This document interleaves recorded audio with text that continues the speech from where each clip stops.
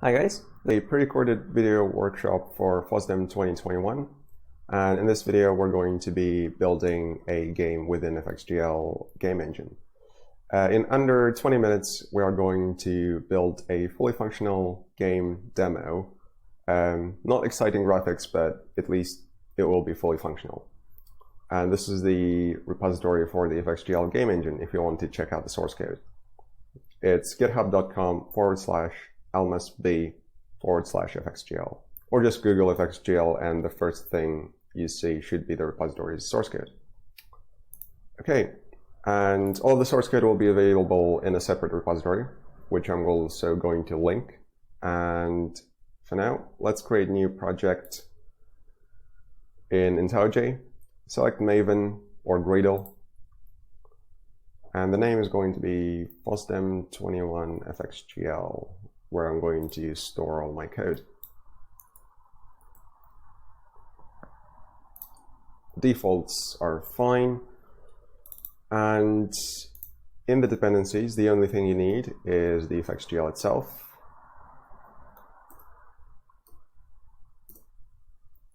And all of that is sufficient now.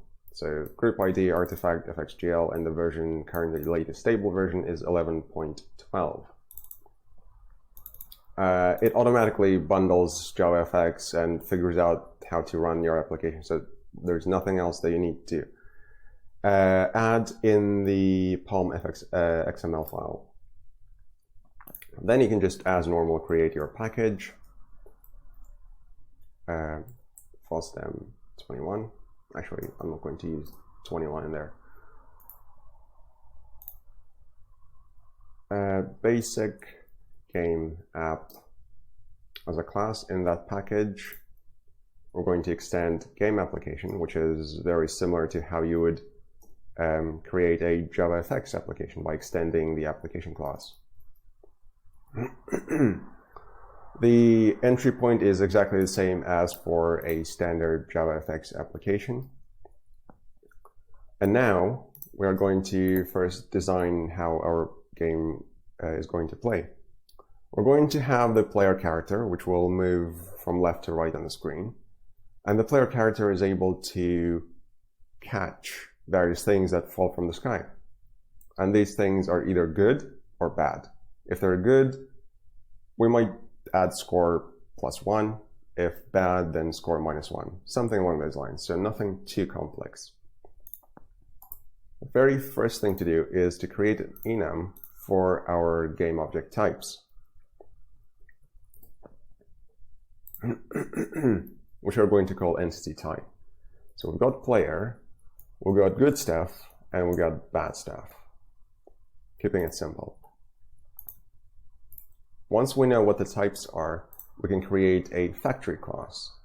Let's call it basic factory. This is the only class where our game objects are created. The game objects are called entities in FXGL. So it's an entity factory.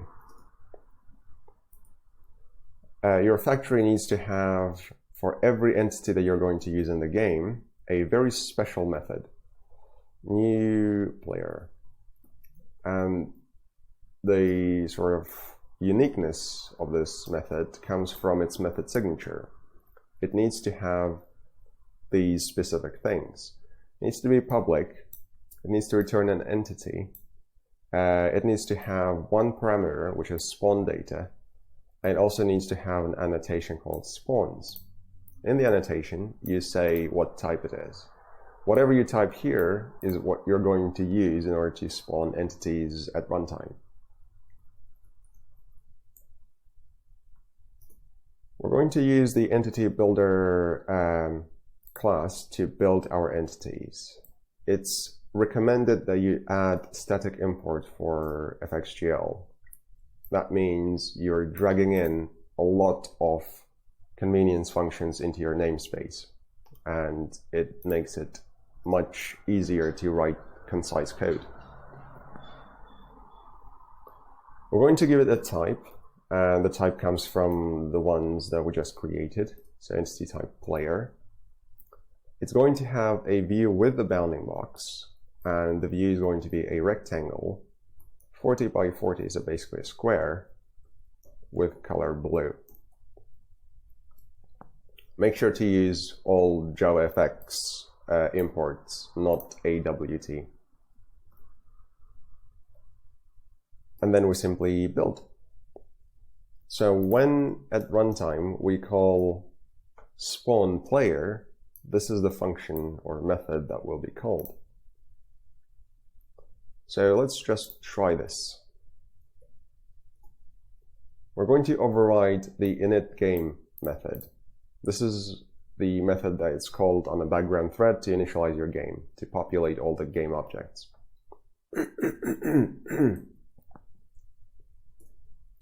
I'm going to statically import FXGL stuff here as well, this line, and we're able to spawn our player. So make sure that your string here matches the string inside the factory. And that is pretty much it. Let's try and run this. And hopefully we will see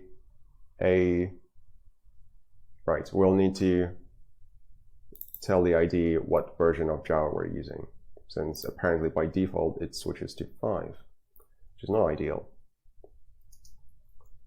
So let's go to build, plugins, plugin. We will need Maven compiler plugin. Yep, that looks about right. That seems to be the latest version. And then, if I'm not mistaken, we should be able to set the configuration to, say, 11. And then let's re-import our Maven project.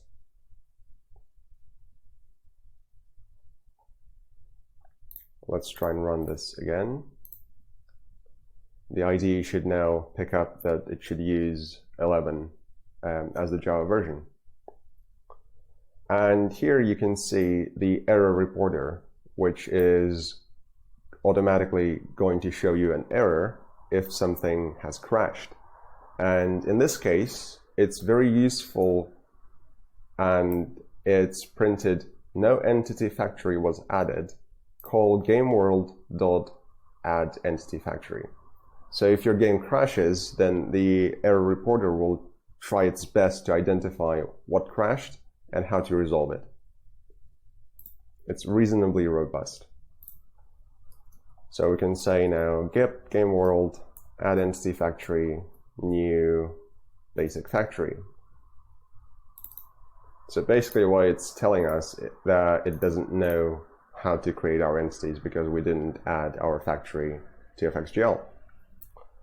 And now we have our blue square that we call player. Okay, that's good enough. So now we should be able to add some more entities.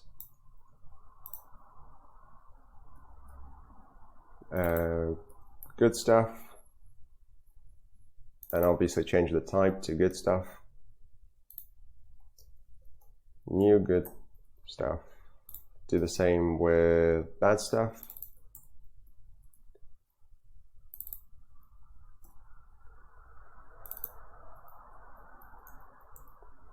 I suppose I should use Java convention here as well. That looks about right. Let's make our good stuff smaller, bad stuff smaller as well, and then change the color. So our good stuff is going to be green, and bad stuff is going to be red, as you'd expect. Finally, we're going to add one more thing, which is collidable, because we want to say this thing can collide. We're not saying against what stuff, we're just saying it can collide. So the physics world can perform collision detection and then use that as something that can potentially collide with something else, because we'll need that for our physics code. Okay, so we've got our player. Let's have an entity player so that we can store it. We're going to add input so we can move our player around. Let's go with onKey. We're going to pass key code A. That's going to move our player left. So translate x -5. We're going to copy that for D. Probably want to spawn the player somewhere at the bottom of the screen. 0 in x-axis and about 450 in the y-axis.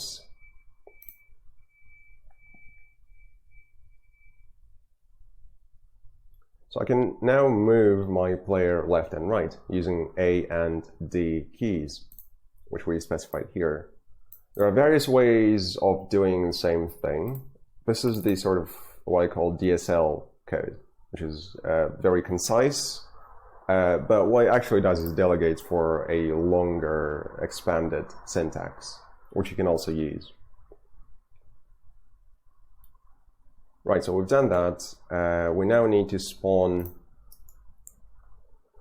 our bad and good things over time.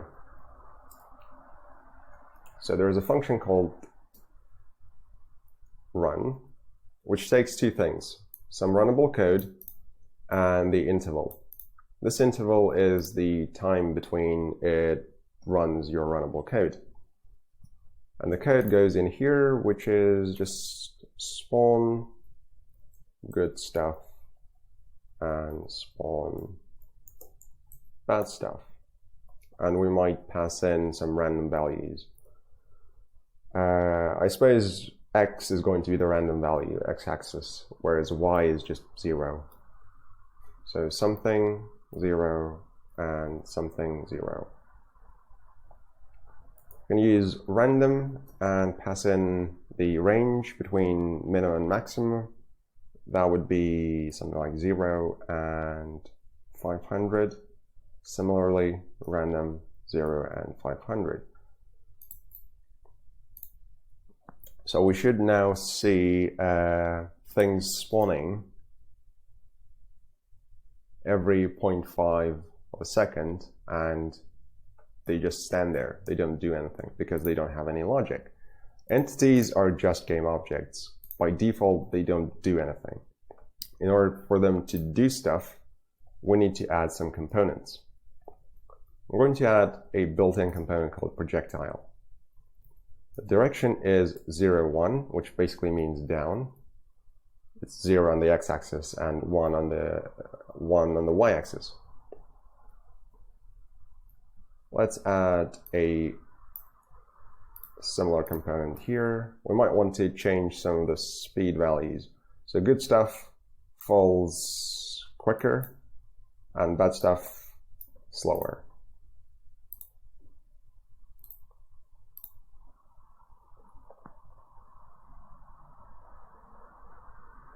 So you can see now that the red ones are slower and the green ones are faster.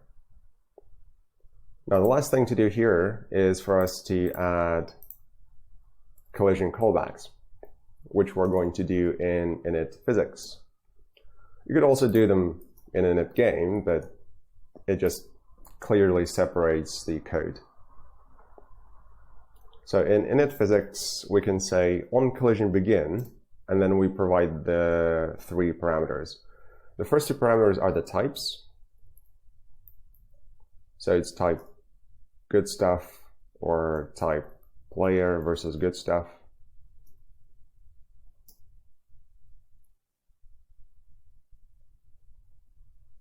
I'm going to statically import this thing as well, so it's clearer.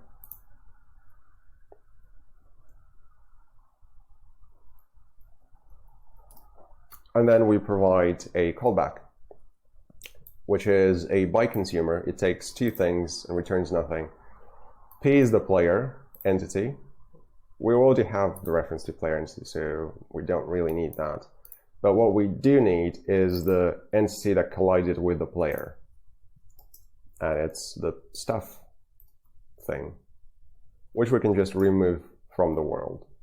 So when we now collide, provided that we've done everything correctly, it should just get rid of them. So we're basically collecting the good stuff only, because we only added our collision handler between the player and the good stuff.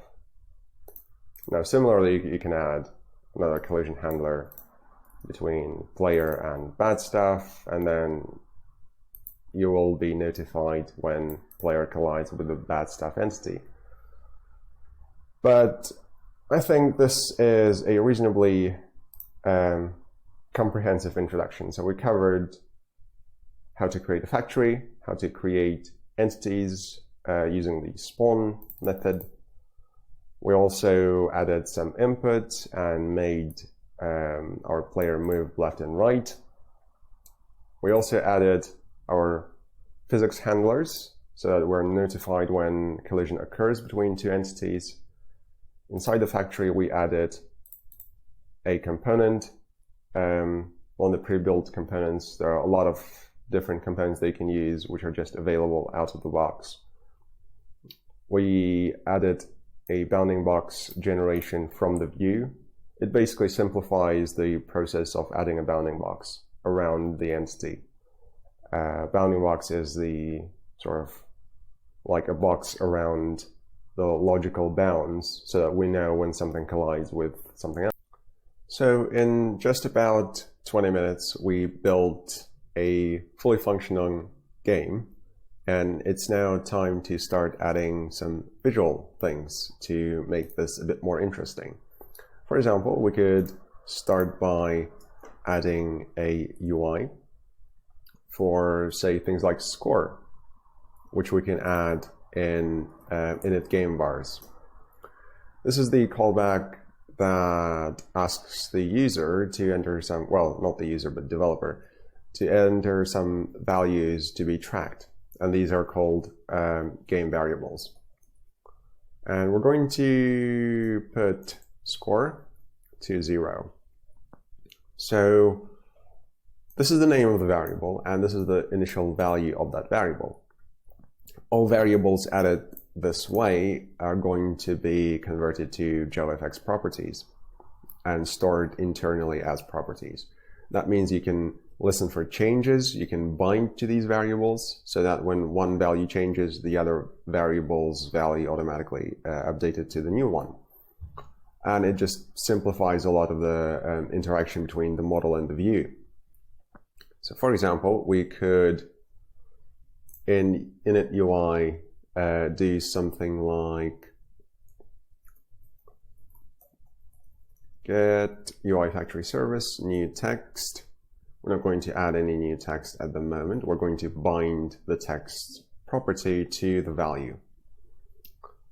We're going to set color, say, blue. How about blue? And then 24 for font size. Going to translate the text object. This is your standard JavaFX text object. So we're going to translate it to x50 and translate y to 50, maybe 150 or just 100. You know, just play around with these values. And then this is the important bit. We take the text property and then we bind to integer property called score. And we need to take this as string. So this is the name of the variable that we created in init game bars. And get IP stands for get integer property. There is full syntax API for this, so that you don't have to use shorthand. But with concise DSL, it's much easier to read the code once you've got used to it. And then this text object needs to be added to the UI, which we can just add as add UI node. Let's run it. We should see text object that says 0 over here. and that's where it is. We can probably move it up. So set y to 50. And now we need to update the score variable.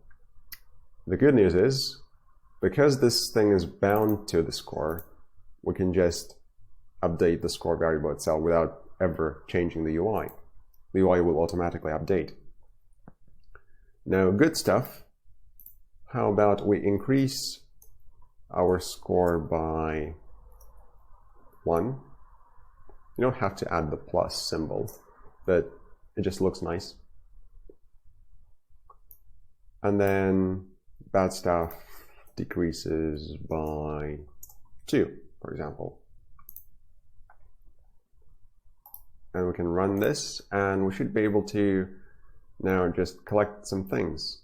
So if I collect the good stuff, I get +1. I collect the bad stuff, I get -2. And I suppose the gameplay for this game is to collect as many of the green things and as few of the red stuff.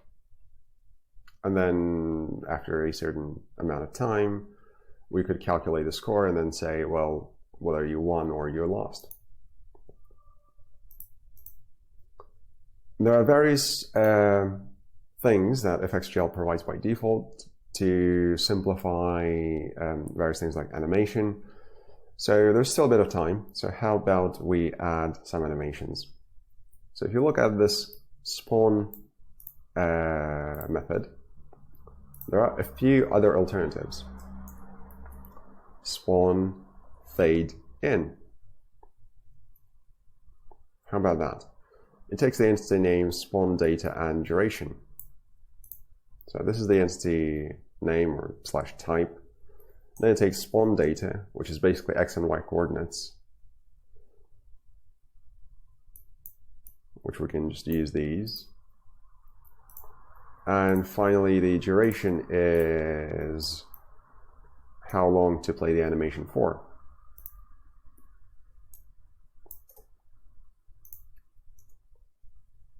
Let's try that.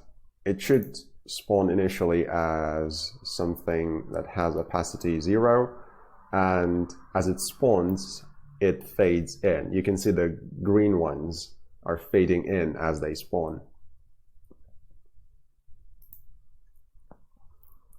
We can also do something like spawn with scale, and then we can pass the somewhat similar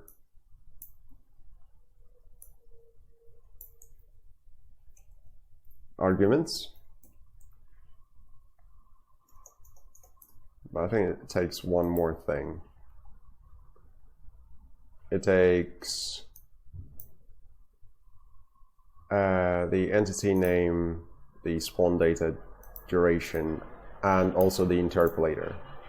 So it seems I need to still update some of the API so that it's consistent. But it allows me to demonstrate the interpolators, which are built in. So interpolators tell you how fast the animation rate is going to go.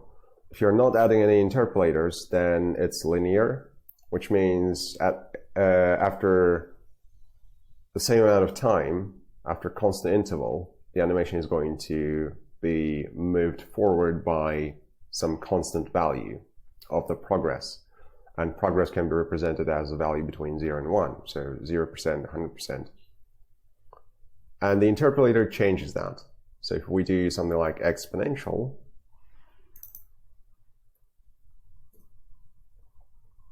then we can see how that is going to affect the scale of our entities that are going to be spawned.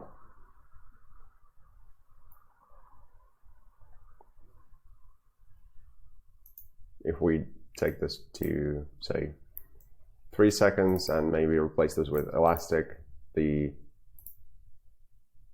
difference should be clearer.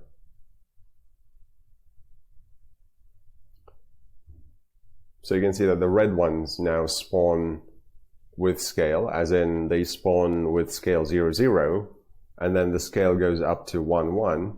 But because we've added the elastic interpolator, it also goes just above 1, 1, and it then comes back to 100%. And all these interpolators and animations just add a bit of visual aesthetic appeal, I suppose. Because when it comes to making games or UI-heavy applications, you want something that catches the eye of the user. And animations and anything that looks really good on screen can do that. And if you really want to go sort of into theory of how everything works, you might want to consider something like the Gestalt theory of perception, which tells us about the likelihood of people perceiving graphical objects on screen. And finally, let's just add an animation for our UI object. How about that? And we're going to use the changes in our score to drive that animation. So what we could do is take this, which returns an integer property, just normal JavaFX integer property, and we could add a listener to it.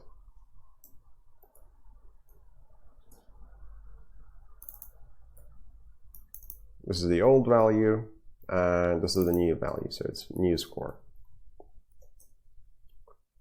Suppose when the score changes, we're going to play, using our animation builder, some kind of a, let's do a scale animation. Scale looks really good, usually. We're going to scale our text UI object from 1, 1, which is 100%, to 1.25, which is 125%. Build and play, but make sure that it comes back, because we don't want to leave it as a 125% scale state. So we're going to repeat twice, and we're going to turn on the auto reverse flag, which means it's going to scale up to 125%, and then on the second cycle of the animation, it's going to come down to 100%. And just with reasonable ease, you're able to build things like this.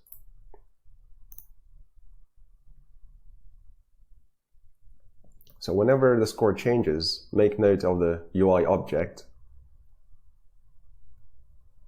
It increases in size a little bit. How about we make this 200% so it's clearly visible, and also change the duration of the animation to something quicker, like 0.4 seconds.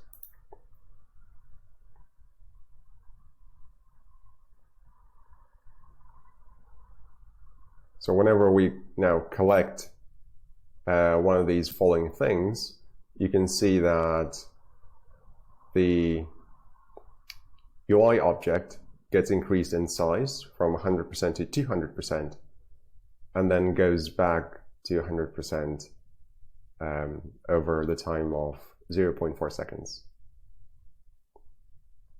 And the great thing about that, because each animation is generalized in FXGL, which means you can just plug in any interpolator that you want. How about we do, I don't know, bounce? That could be interesting.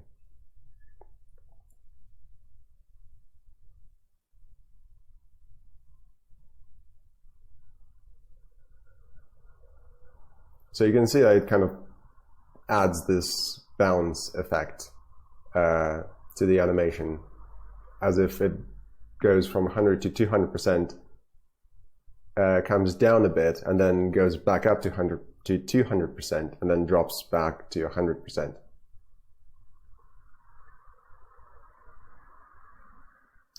Right. On that note, we've covered some animations related to how you might spawn your entities, as well as how you can add user interface objects and then animate them as well. And if you have any questions, I'll be available now, I assume, as the video finishes. So feel free to ask, and feel free to play around with FXGL. And I'll link the repository in the description. Thanks for watching.